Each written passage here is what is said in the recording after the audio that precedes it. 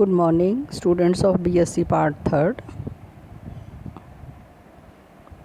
हम आपको quantum mechanics का जो कि आपका फर्स्ट पेपर है उसको पढ़ा रहे हैं, जिसमें आज का लेक्चर है 28वां लेक्चर है, 28th लेक्चर है। आज के लेक्चर में हम पढ़ेंगे particle in 3 dimensional box. Particle in 3 dimensional box article पढ़ने से पहले हम आपको पार्टिकल इन 1 डायमेंशनल बॉक्स पर वीडियो डाल चुके हैं, जो आई होप सब लोगों ने देख लिए होंगे। आज के लेक्चर में हम करेंगे कि यदि बॉक्स आपका 1 डायमेंशनल ना होकर 3 डायमेंशनल है तो किस प्रकार से उसके आइगन फंक्शन होंगे, आइगन वैल्यूज़ होंगी, और किस यहाँ से हम डीजेनेरेसी को भी अच्छे से आपको समझा पाएंगे। डीजेनेरेसी के बारे में हम पहले बात कर चुके हैं, यहाँ हम उसको विद एग्जाम्पल आपको क्लियर करवाएंगे कि डीजेनेरेसी क्या होती है। सो स्टार्ट करते हैं आज का lecture, particle in 3 dimensional box. Let us consider a 3 dimensional box having a dimension A, B and C। माना एक बॉक्स ले लिया हमने, 3 डायमेंशनल बॉक्स है जिसकी डायमेंशन क्या है A, B एंड C, यानी A उसकी लंबाई, B चौड़ाई और C ऊंचाई है। ये इस प्रकार का हमने एक बॉक्स लिया है, 3 डायमेंशनल बॉक्स है। इस बॉक्स के अंदर एक m मास का पार्टिकल कन्फाइंड है जो कि वो फ्रीली मूव कर सकता है। The walls of the box are rigid. हम ये एज्यूम कर लेते हैं कि उसकी जो दीवारें हैं, बॉक्स की दीवारें हैं, वो कैसी हैं, रिजिड हैं। इसलिए बॉक्स की दीवारों पर आइगन फंक्शन का मान 0 होगा। बॉक्स अणु जो है, वो भी जो पार्टिकल है आपका, वो बॉक्स के बाहर नहीं जा सकता है, वो बॉक्स के अंदर ही है। अतः श्रोडिंगर इक्वेशन जो है वो केवल बॉक्स की सीमाओं में ही प्रभावी रहती है। सपोज़ द पोटेंशियल जो है V, जिसकी वैल्यू क्या है Vx, YZ पे डिपेंड करती है, वो उस पार्टिकल के लिए जो कि बॉक्स के अंदर है, जो फ्रीली मूव कर सकता है, उसके लिए इसका मान क्या है, 0 है। यानी हम इस प्रकार से भी डिफ़ाइन कर सकते हैं, जब x 0 और a के बीच में लाई करता है, y 0 और b के बीच में लाई करता है, z 0 और c के बीच में लाई करता है, वहाँ तक आपका v का मान, पोटेंशियल एनर्जी का मान 0 आता है। और Vx, Vy, Vz का मान इन्फानाइट है यदि बॉक्स की सीमाओं से बाहर हैं, यानी x is greater than a और x is greater than a, y is greater than 0 और y is greater than b, z is greater than 0 and z is greater than c। यानी यदि हम बॉक्स के बाहर हैं तो v का मान क्या है आपका, इन्फानाइट है। अब हमें ऐसे पार्टिकल के लिए हमें क्या करना है, आइगन फंक्शन और आइगन वैल्यू की वैल्यू कैलकुलेट करनी है। आइगन फंक्शन और आइगन वैल्यू को कैलकुलेट करने के लिए हम क्या करेंगे, श्रोडिंगर इक्वेशन लेंगे हम इस पार्टिकल के लिए। चूँकि ये 3 डायमेंशनल इक्वेशन है, तो 3 डायमेंशनल श्रोडिंगर इक्वेशन क्या हो गई, del square psi plus 2me upon h cross square is equal to 0। ये हो गई आपकी श्रोडिंगर इक्वेशन, जहाँ हमने v की वैल्यू को क्या मान लिया है, 0 मान लिया है। ठीक है। और यदि हम इसी डेल स्क्वायर क्या है, यहाँ पर लैपलेस ऑपरेटर है, और यदि हम इस इक्वेशन को खोल कर लिख दें, यदि हम ओपन करके लिखते हैं in terms of x, y, z, then the Schrodinger equation for a particle which is in a motion in 3 dimensional box can be written as delta 2 psi upon delta x square plus delta 2 psi upon delta y square plus delta 2 psi upon delta z square plus 2me upon h cross square psi। इसे हम मान लिया से this is equation number 1 है। Clear. तो यहाँ तक हमने कर लिया कि एक पार्टिकल लिया हमने जो एक 3 डायमेंशनल बॉक्स के अंदर है, जिसका वॉल्यूम क्या है A, B, C, और इसके बॉक्स के अंदर चूँकि पार्टिकल है, तो अंदर जो पार्टिकल है उस पर पोटेंशियल एनर्जी क्या होगी, 0 हो गई, और उस पार्टिकल की श्रोडिंगर इक्वेशन क्या हो गई, delta 2 psi upon delta x square plus delta 2 psi upon delta Y square plus delta 2 psi upon delta Z square plus 2me upon H cross square psi, जहाँ साई किसका function है, X Y Z का function है। ये हो गई आपकी equation number 1। अब हम क्या करेंगे, इसको सॉल्व करना है। सॉल्व करने के लिए हम क्या करते हैं, let psi X Y Z can be written as psi X X plus into psi Y Y into psi Z Z. यानी साई एक्स क्या है, साई एक्स क्या है, साई का वो कंपोनेंट है जो केवल एक्स पे डिपेंड करता है।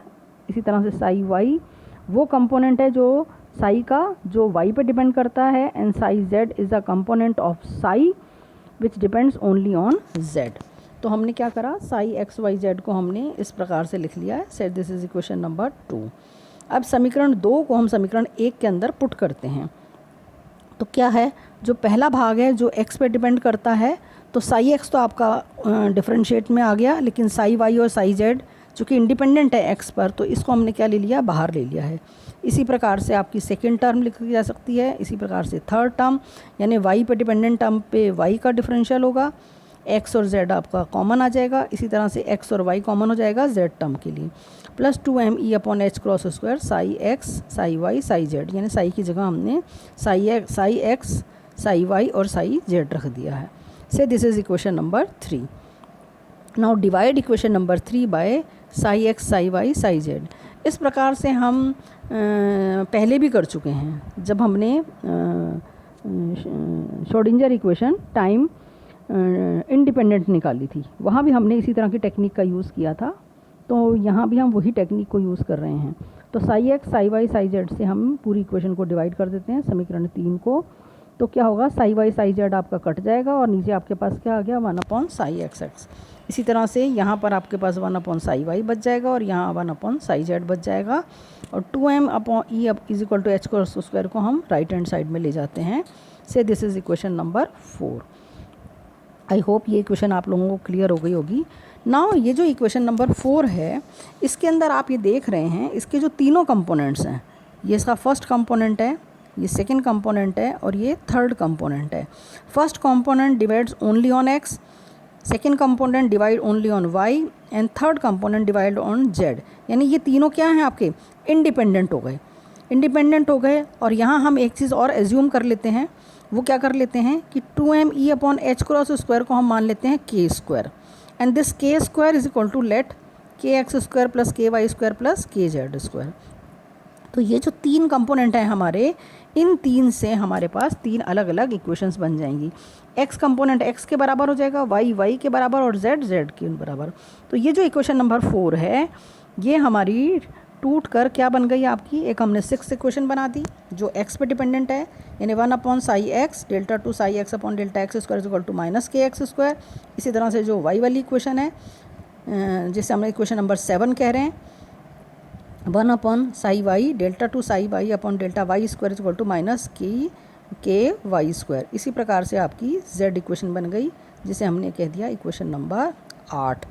अब इक्वेशन नंबर जो 6, 7, 8 है, इसमें हमने क्या करा है, इक्वेशन 9, 10, 11 के रूप में हम लिख सकते हैं कि एक्स स्क्वायर को हम राइट हैंड साइड में ले आते हैं और साई एक्स से मल्टीप्लाई कर देते हैं। तो ये आपकी बन गई equation delta 2 psi x upon delta x square plus k x square psi x is equal to 0। Equation number जो 6 है वो 9 में कन्वर्ट हो जाती है। इसी तरह से 7th इक्वेशन आपकी 10th इक्वेशन में और 8th इक्वेशन आपकी 11 इक्वेशन में। 9th इक्वेशन x पे डिपेंडेंट श्रोडिंगर इक्वेशन हो गई, ये y पर और ये z पर। ये एक तरह की वेव इक्वेशन बन गई है, राइट, जहाँ के एक्स स्क्वायर प्लस के वाई स्क्वायर प्लस के जेड स्क्वायर किसके बराबर है, के स्क्वायर के। ऐसे दिस इज इक्वेशन नंबर 12। अब हमें क्या करना है बच्चों, यहाँ पर एक एक इक्वेशन का सॉल्यूशन करना है और यहाँ से हम साई एक्स साई वाई और साई जेड की वैल्यू को कैलकुलेट करेंगे। ये बिल्कुल आर्टिकल एज सिमिलर है जैसा कि हमने पार्टिकल इन 1 डायमेंशनल बॉक्स के अंदर किया था। जैसे वहाँ हमने किया था, जैसे हमने सपोज़ हम पहले एक इक्वेशन का सॉल्यूशन आपको बताते हैं। जैसे मैंने सपोज़ इक्वेशन नंबर 9 लिया है पहले। Let the solution of equation number 9 becomes psi x is equal to a sin kx plus b cos kx। Here a and b are constants और जिनकी वैल्यू को हम निकाल सकते हैं by applying the boundary conditions on the wave function.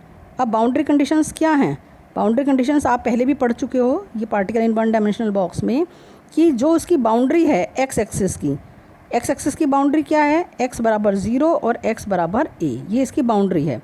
इस boundary पर Sai x और उसका जो फर्स्ट डेरिवेटिव है उसकी वैल्यू 0 आएगी। तो यहाँ इसकी वैल्यूज़ रख के हम ये बिल्कुल, इसका सॉल्यूशन मैं आपको नहीं दे रही हूँ यहाँ पर, चूँकि हम इसको पार्टिकल इन 1 डायमेंशनल बॉक्स में डिटेल में करा चुके हैं। वहीं से आप इसको एज इट इज़ पुट कर लेंगे तो साई एक्स की वैल्यू क्या आ गई आपके पास, √2/a साइन n1 पाई एक्स अपॉन ए। यहाँ n1 का मान क्या है, से 1 2 3, वहाँ n था, यहाँ पर n1 ले लेंगे हम, और वहाँ पर k था, यहाँ पर kx आ जाएगा। kx इज इक्वल टू हो गया n पाई अपॉन a। से this is equation number 13 and 14। ये सॉल्यूशन आ गया आपका इक्वेशन नंबर 9 का। इसी प्रकार से हम सिमिलरली इक्वेशन नंबर 10 का सॉल्यूशन लिख सकते हैं। साई वाई बराबर हो गया √2/b। ए की जगह आप क्या कौन जगह ले लेगा, ए की जगह ले लेंगे हम बी की जगह, बी ले लेंगे। तो ये बन गया आपके पास। अच्छा, बाउंड्री कंडीशन भी आपकी वही हो गई, y बराबर 0 and at y is equal to B पर। तो यहाँ से आपके पास जो साई वाई की वैल्यू आ गई है वो आ गई आपके पास √2/b साइन n1 की जगह आप क्या आ जाएगा, यहाँ पर n2 आ जाएगा, n2 pi y upon b।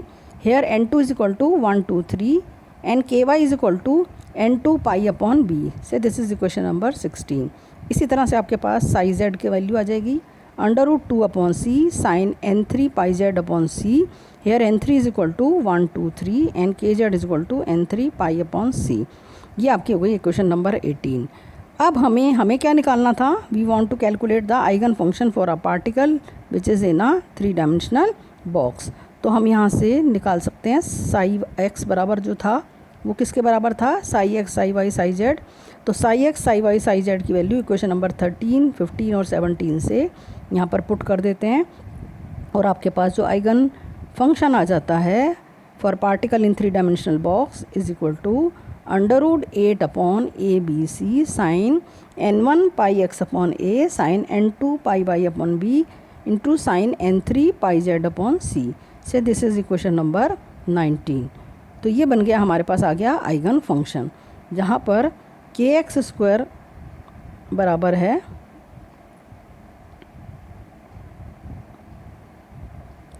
kx² बराबर हो गया ky² plus kz is equal to k²। यहाँ पर kx² plus ky² plus kz² की वैल्यू भी हम यहाँ पर पुट कर देते हैं।